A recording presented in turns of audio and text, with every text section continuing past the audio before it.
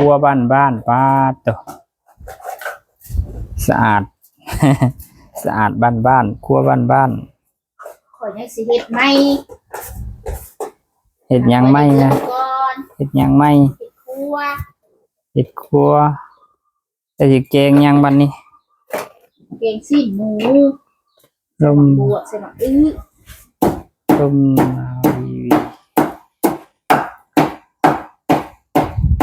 ลงแล้วบ่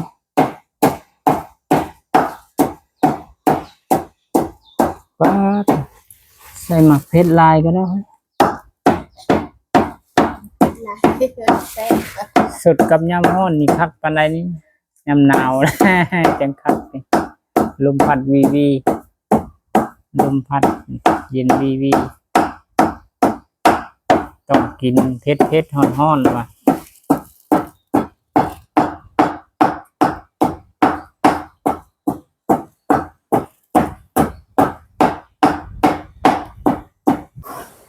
ลมมาแล้วพี่น้องหนาวหลายแล้ว3-4 วันมาเลยเด้อลมหนาวมื้อนี้เนาะให้แน่แต่แม่บ้านเพิ่นแกงฮ้อนๆสู้กินมื้อนี้ก็คือสิแซ่บอยู่ดอกว่าซั่นถ้ากินแกงฮ้อนๆน้ำเพิ่นเด้อพี่น้องเด้อกินแกงฮ้อนๆน้ำกันเด้อมื้อนี้เนาะอากาศลมเย็นวอยรักษาสุขภาพเด้อทุกคนข้อยก็บ่ได้ไปไสดอกมื้อนี้อยู่ทงอยู่ทาอยู่บ้านอยู่เรือนอยู่ไร่อยู่นาคือเก่าเว้าแล้วก็บ่ายแก่ๆแล้วเนาะอยากเข้าแห้งแล้วเบิ่งอีนายนี่เราแกงแล้วหรือบ่เนาะเข้าไปเบิ่งแกงหน่อไม้แกงซีนหมูน้ำลาวก่อน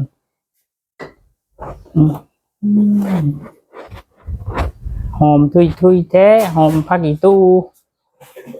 ผักอีตู้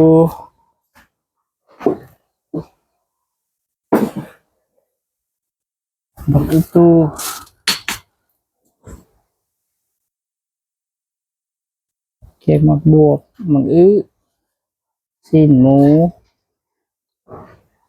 แซ่บนักขลุ่นส่วนเราปลาแดกหอมเนาะปลาแดกแดงปลาแดกบกกินยำเกี่ยวข้าวเด้เนาะเกี่ยวข้าวบัดบ่มีเวลาบกจำกินโลดปลาแดกแดงใส่แกงหมูลมพัดแห้งมื้อนี้เนาะ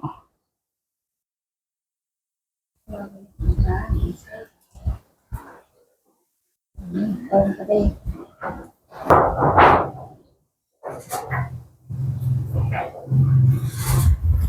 คือสิแซ่บอยู่ดอกของบ่ายแล้วเนาะบ่ายแล้วซ้ำสิแซ่บบาดนี้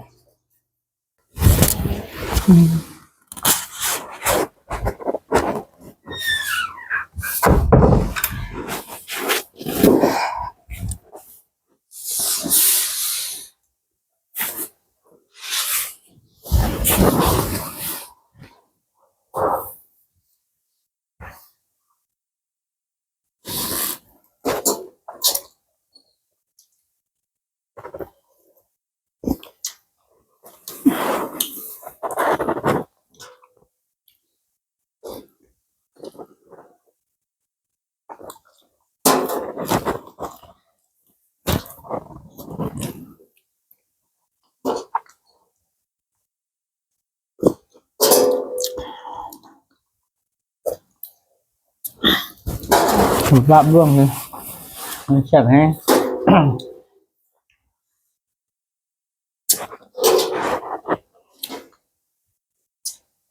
เยื่อบวงไผบวงมันเนี่ย ว่าสิสดเย็นฮ้อนเลยเย็นแล้ว